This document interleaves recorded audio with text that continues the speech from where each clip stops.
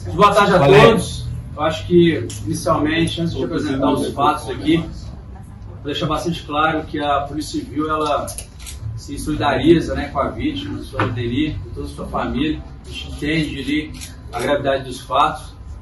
Eu acho que por essas e outras informações, a gente veio aqui demonstrar esse rápido trabalho, né, efetuado tanto pela Polícia Militar quanto pela Polícia Civil e os próximos passos aqui das apurações. Tá? Nós temos aqui tanto o Dr. Matheus e o Dr. Evandro, são os delegados responsáveis pela investigação de homicídio. E nós tivemos aqui uma divisão de funções.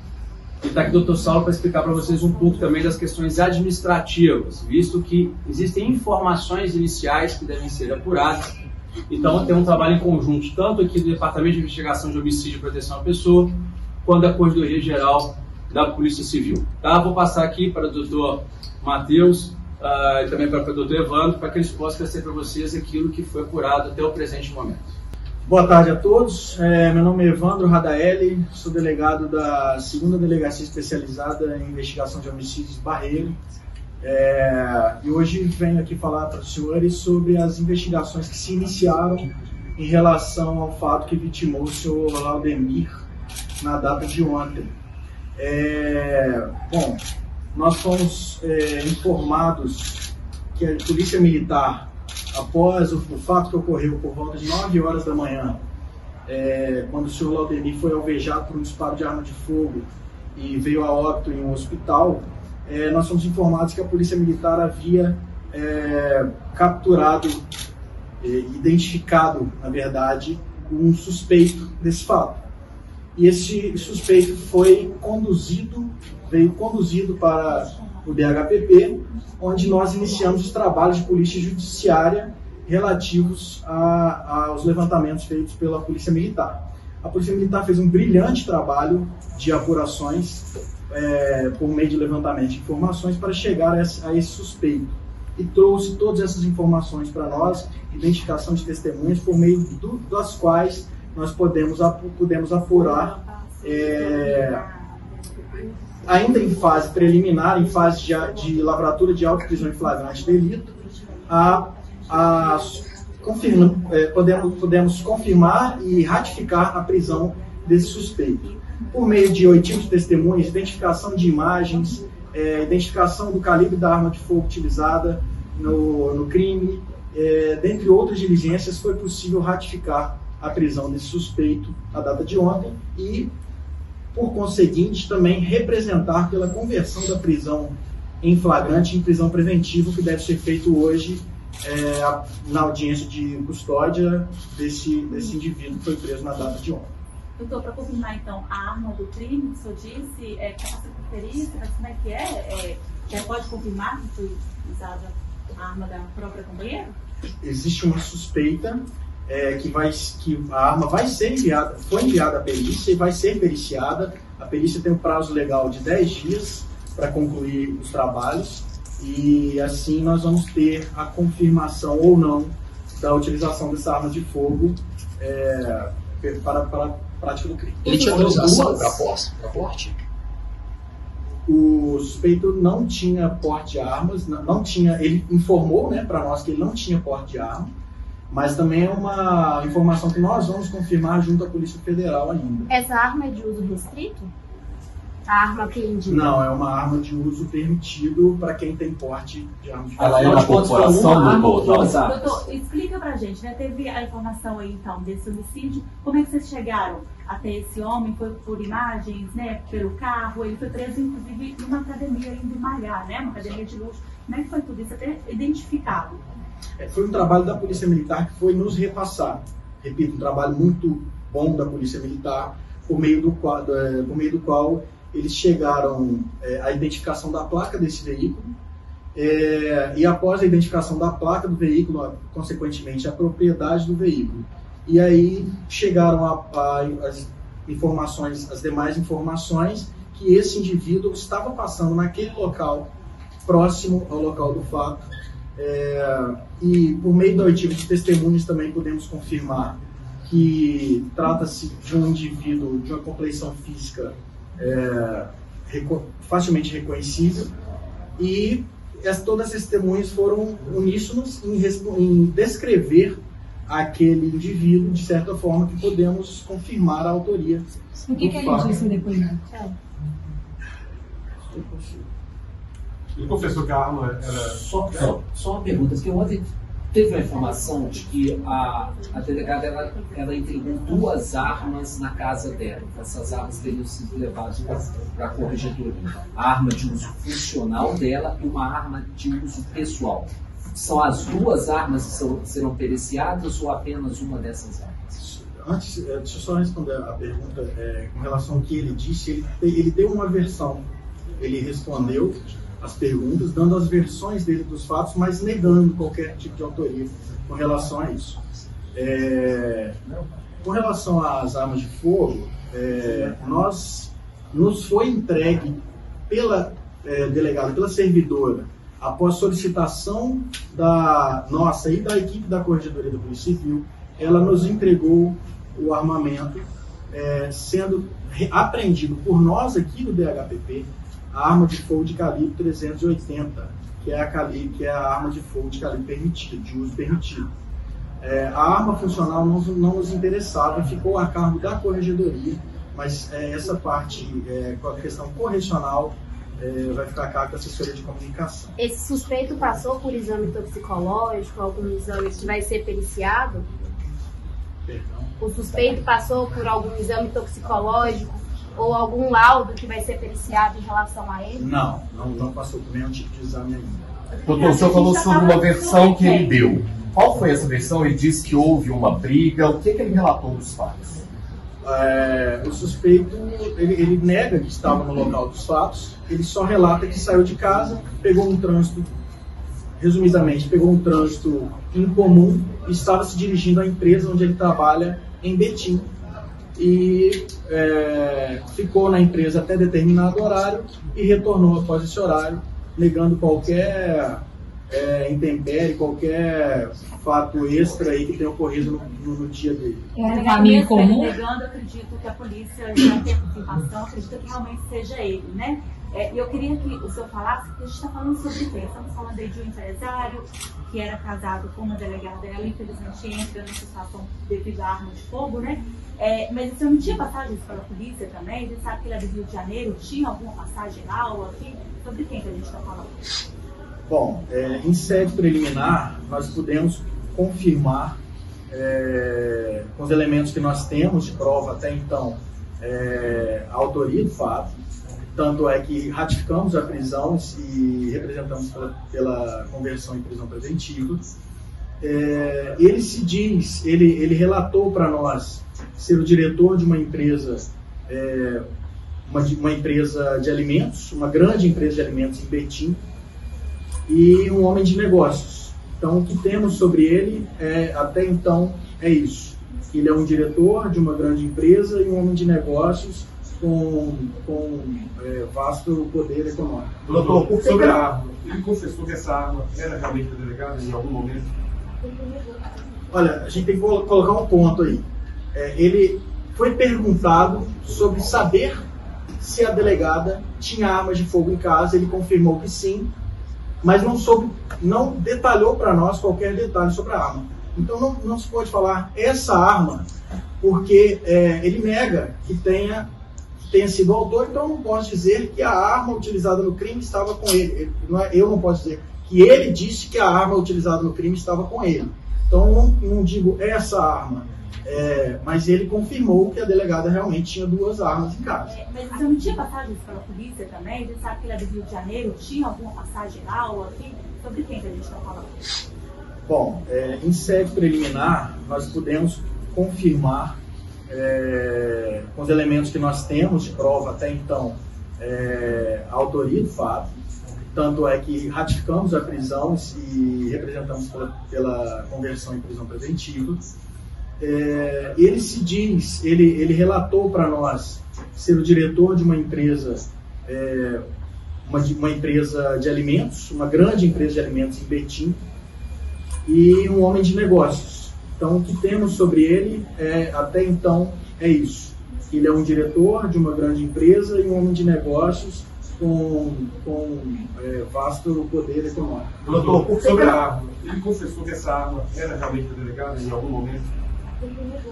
Olha, a gente tem que colocar um ponto aí. Ele foi perguntado sobre saber se a delegada tinha armas de fogo em casa, ele confirmou que sim, mas não detalhou para nós qualquer detalhe sobre a arma. Então não se pode falar essa arma, porque ele nega que tenha sido o autor, então eu não posso dizer que a arma utilizada no crime estava com ele. Eu não posso dizer que ele disse que a arma utilizada no crime estava com ele.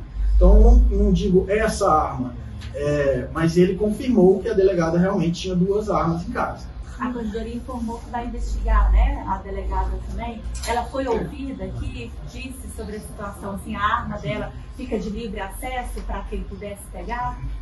A questão da conduta da delegada, para nós, aqui, ela foi ouvida ontem na Corregedoria sobre o que Pode esclarecer, né? Perfeitamente. Boa tarde a todos, meu nome é Saulo Castro, sou delegado de polícia e porta-voz da Polícia Civil. Quero frisar que desde o primeiro momento em que a Corregedoria tomou conhecimento dos fatos, diligenciou, né, até o local onde estava se dando ali os desdobramentos da captura do suspeito e acompanhou todas as diligências, né, de maneira criteriosa, isenta e imparcial, o que é, aliás, a prática de toda a Polícia Civil, mas especialmente da nossa Casa Corregedora. E a delegada foi conduzida, né, foi levada até a sede da Corregedoria, foi ouvida, né, e naquela oportunidade também foram arrecadadas na casa da servidora 2 armas de fogo. Uma arma de fogo de uso particular e a arma de fogo da corporação. Essa arma de fogo de uso particular, ela está vinculada e apreendida aos autos do inquérito policial que investiga o crime de homicídio aqui nesse departamento. E a arma institucional, ela está vinculada ao inquérito policial que foi instaurado na Corregedoria para apuração de eventual infração por parte da servidora. Ela foi ouvida, ela disse que, no primeiro momento, que o seu esposo não tinha acesso a esse armamento, tá?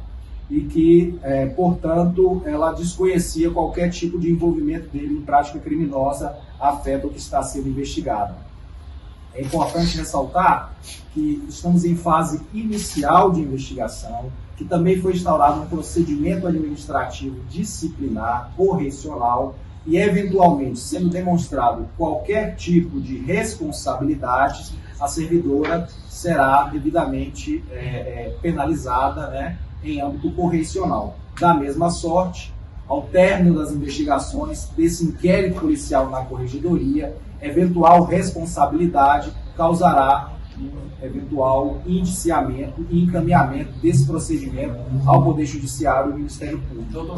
É importante reforçar esse trabalho minucioso, técnico, isento e imparcial da Corregedoria. O papel da Casa Corregedora, assim como do Departamento de Homicídios, é esclarecer a verdade, seja ela qual for. E assim será feito em relação ao homicídio e também as questões correcionais e eventual infração penal praticada pela servidora. Ela segue na função, doutor? Ela segue à disposição da administração pública, segue sua função regular, porque até o presente momento não há nenhuma indicação da Corregedoria para afastamento, tampouco ordem judicial nesse sentido. Doutor Saulo, você falou que foram 2 armas, a institucional e uma particular. Essa particular, ela está legal e ela está registrada em nome de quem? Essa é uma arma vinculada à investigação do Departamento de Homicídios. Depois eu vou fazer quebra-queixo. Foi feito exame toxicológico no Renê? Vai ser feito algo do tipo?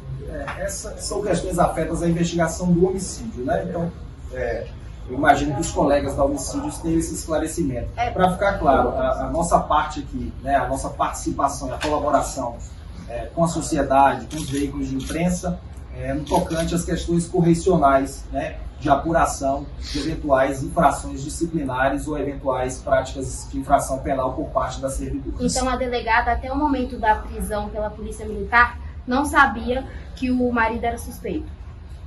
Ele não tinha informado a ela o que teria acontecido. Até nesse momento das investigações, isso é o que está nos autos, né? Ela alega que não tinha conhecimento qualquer em relação a responsabilidade ou eventual participação do marido em infração penal. Se a arma do crime de fato for dela, ela perde o cargo futuramente? Como é esse processo? É muito cedo, né, para a gente falar sobre isso, né?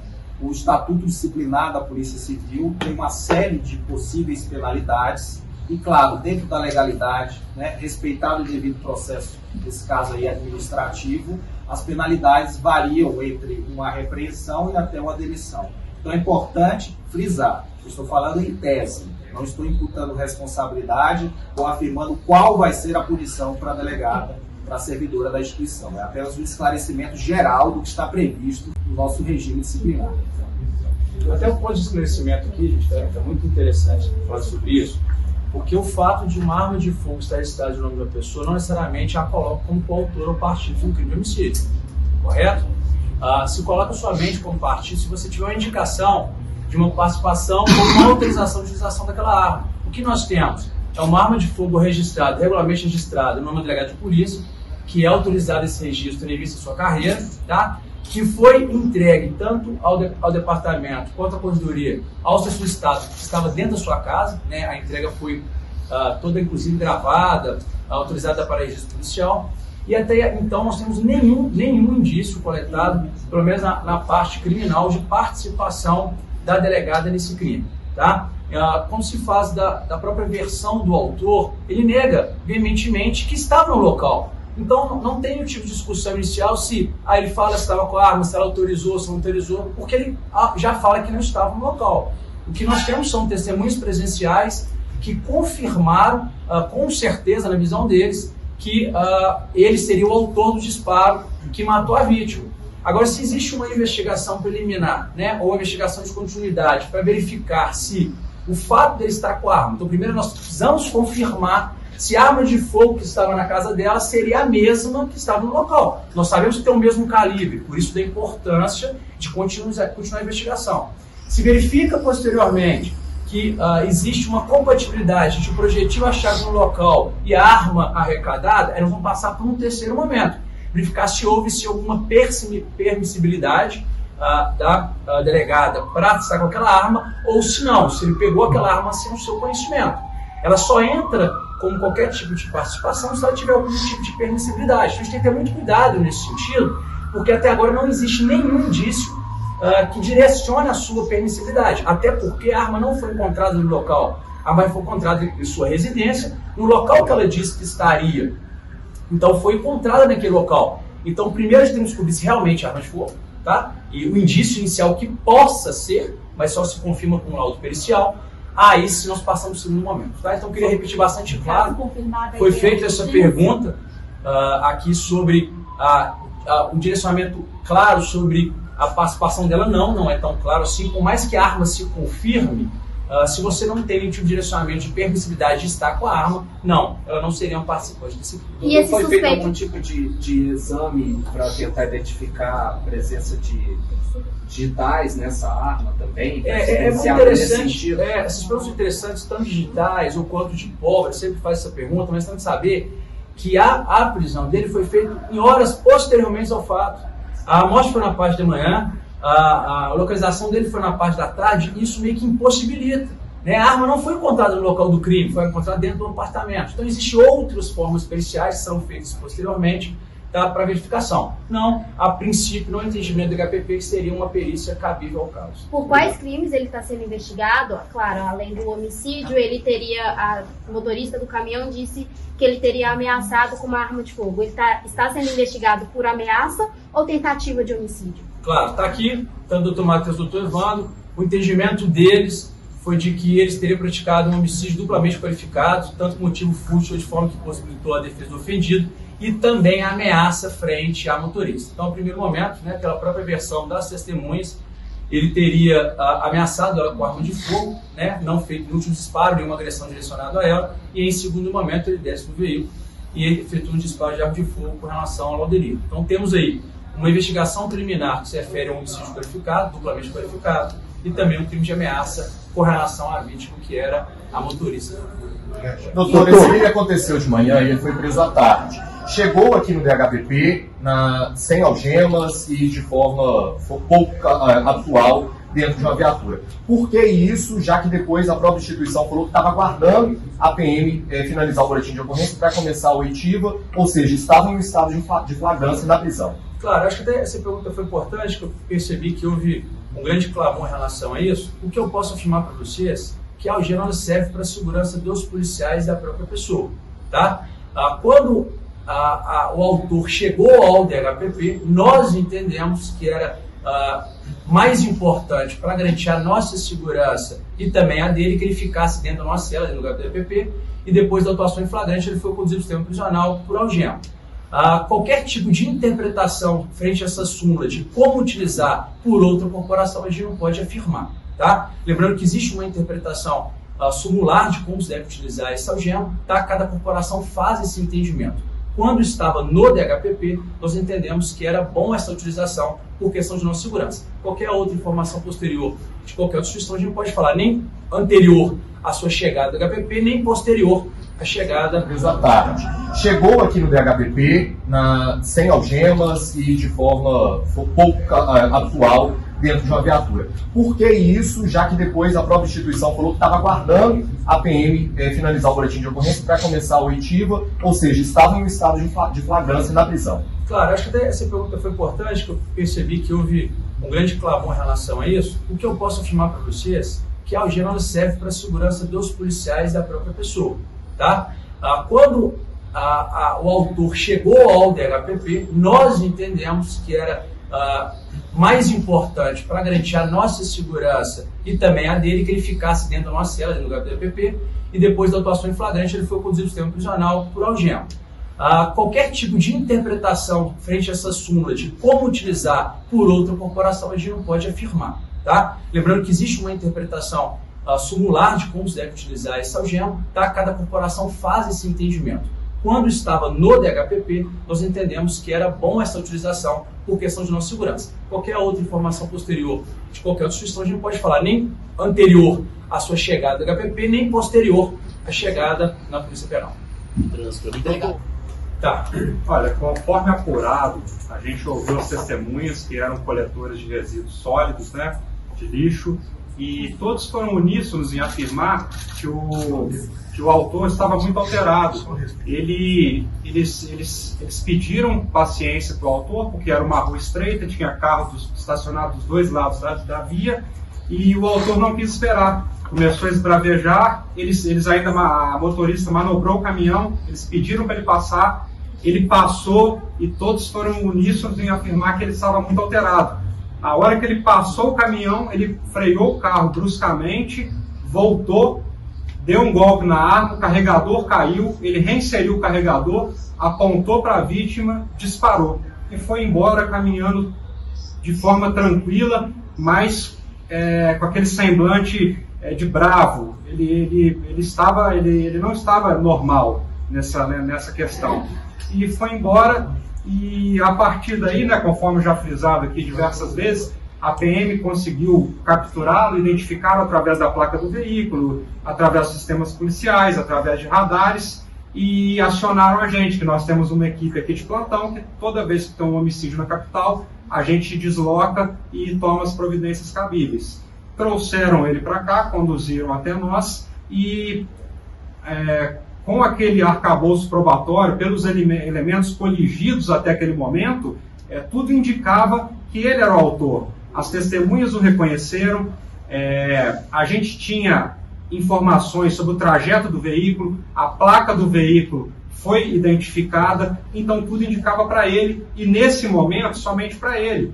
Como a gente já frisou anteriormente, a investigação ela tem um pouco mais de 24 horas, é uma investigação preliminar, que está em andamento, o pessoal do DHPP está empenhado, várias equipes estão na rua buscando imagens, buscando informações de acordo com os depoimentos que nós conseguimos obter, e a nossa preocupação foi justamente garantir a segurança dele, porque na porta do departamento tinha muita gente, deu a repercussão midiática enorme, e a gente encaminhou o procedimento para a justiça e agora a gente vai ter a resposta se ele vai continuar encarcerado ou não. Delegado, temos informação, que inclusive vem do Fórum Lafayette, da assessoria, que o inquérito teria chegado com segredo de justiça. Foi pedido pela Polícia Civil? Por qual motivo